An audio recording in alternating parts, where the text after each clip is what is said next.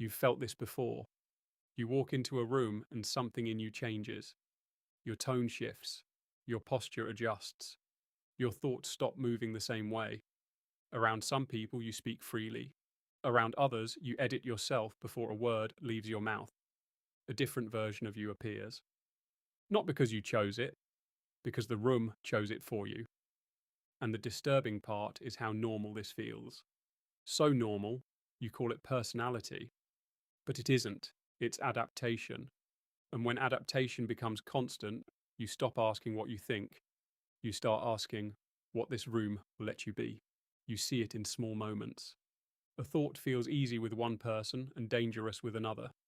A sentence forms, then stops halfway. Not because the idea disappeared, because something in you already measured the cost, the reaction, the judgment, the shift in status. So the adjustment happens early. Before the room hears you, your mind has already edited you. That is how subtle this is. Every room has rules. Most are never spoken, but your nervous system hears them anyway. Who gets interrupted, ignored, laughed at, listened to?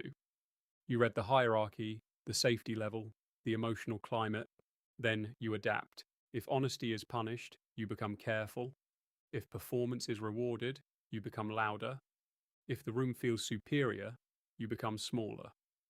The room does not change your nature.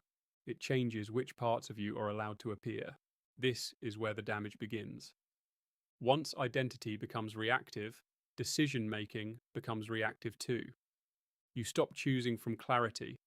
You start choosing from atmosphere. You soften what you think, delay what would expose you, shrink where you should expand, perform where you should be still. After enough repetition, this starts to feel normal. You call it maturity, professionalism, being realistic. But often, it is self-erasure with better language. Some rooms are built to reduce you. Not always maliciously, but structurally. They reward conformity, punish sharpness, resent confidence. They prefer you manageable. And the moment you move beyond that version, friction begins.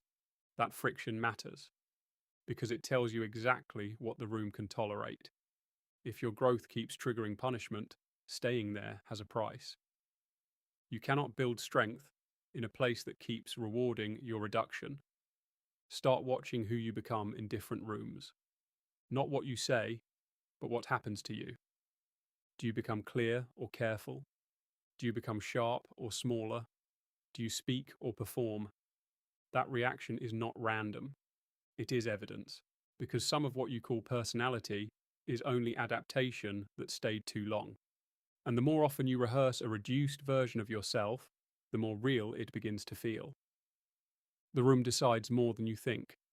It decides what in you gets rewarded, what gets suppressed, what learns to speak, what learns to hide. So be careful where you keep showing up, because repetition becomes identity.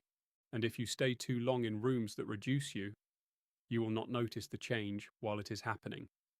You will just adapt, then repeat it, then live inside it, until one day you cannot tell the difference between who you are and who the room trained you to be.